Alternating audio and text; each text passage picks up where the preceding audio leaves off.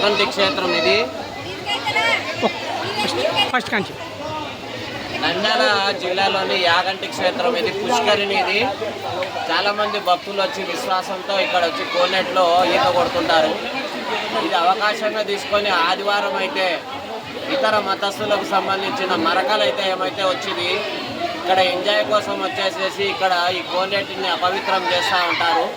కాబట్టి భవిష్యత్తులో ఇక్కడ వరాహస్వామి విగ్రహానికి సంబంధించి ఇక్కడ నిలబెట్టేటువంటి అవకాశం హిందూ దేవాలయాల పరిరక్షణ సమితి చేస్తుంది. ఈ దేవాలయం హిందువులకు సంబంధించిందే ఉండాలి తప్ప ఇతర మతస్థులు ఇక్కడ కోనేటిని అపవిత్రం చేస్తున్నారు. కాబట్టి భవిష్యత్తులో ఇక్కడ వరాహస్వామికి సంబంధించినటువంటి విగ్రహాన్ని ఇక్కడ ఖచ్చితంగా ఏర్పాటు చేస్తాం. ఇతర మతస్థులు ఇక్కడ విహారం కోసం వచ్చేసి కోనేరును అపవిత్రం చేస్తూ ఉంటారు.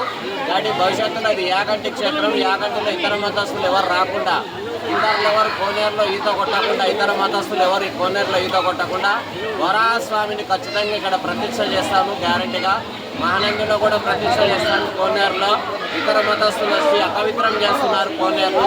కాబట్టి హిందూ దేవాలయాల పరిరక్షణ సమితి త్వరలో ఈ వరాహస్వామి విగ్రహాలను ఏర్పాటు చేస్తుంది. ఇట్లు హిందూ దేవాలయాల పరిరక్షణ సమితి ఆంధ్రప్రదేశ్. మీ బసవరాజు.